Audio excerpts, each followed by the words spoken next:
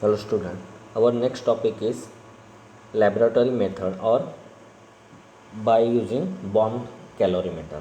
The calorific value of liquid and solid is determined in the laboratory by using the bomb calorimeter. It is so named because its shape resembles that of a bomb. The figure shows the bomb calorimeter. In this figure, we see the insulating jackets is there.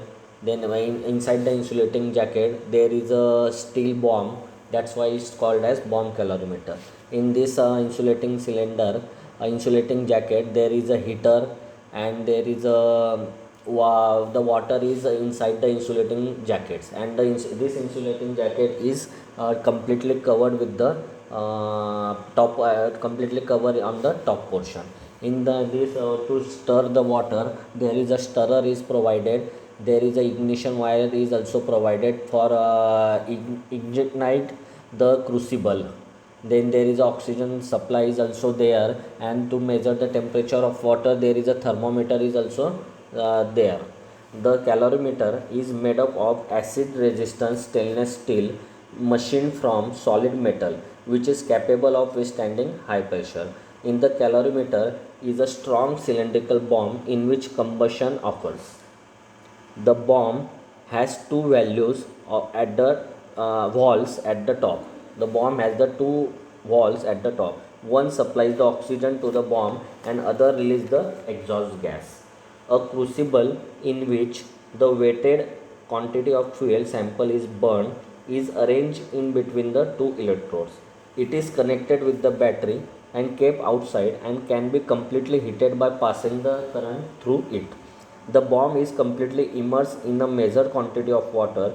To reduce the losses due to radiation, calorimeter is further provided the jacket of water and air. The thermometer is kept to measure the temperature up to the accuracy of 0.001 degree centigrade are fitted. Now the procedure. A careful weight sample of fuels about 1 mgm 1 gram of fuel is placed in the crucible. Pure oxygen is admitted through the oxygen wall till the pressure inside the bomb rises to 30 atmosphere. The bomb is completely submerged into the known quantity of water contained in a large copper vessel. This vessel is placed within a large insulated copper vessel to reduce the loss of heat by radiation. When the bomb and its contents have reached a steady temperature, the fuse wire is heated up electrically. The fuel burns and continue to burn till the whole of it burns. The heat released during the combustion is absorbed by surrounding water and the apparatus itself. The rise in temperature of water is noted. Let WF weight of fuel sample in kg. Capital W weight of water in kg. Capital C calorific value in kilojoule per kg. WE water equivalent of calorimeter in kg. T1 initial temperature of water. T2 final temperature of water. TC radiation correction. Capital C specific heat of water. WW mass of water in calorimeter. Then heat release by the fuel sample is equal to WF into C, means weight of fuel multiplied by calorific value of water fuel. The heat received by the water equal to WW plus WE into C into T2 minus T1 plus TC.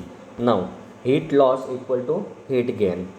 WF into C equal to W plus WE into C into T2 minus T1 plus TC.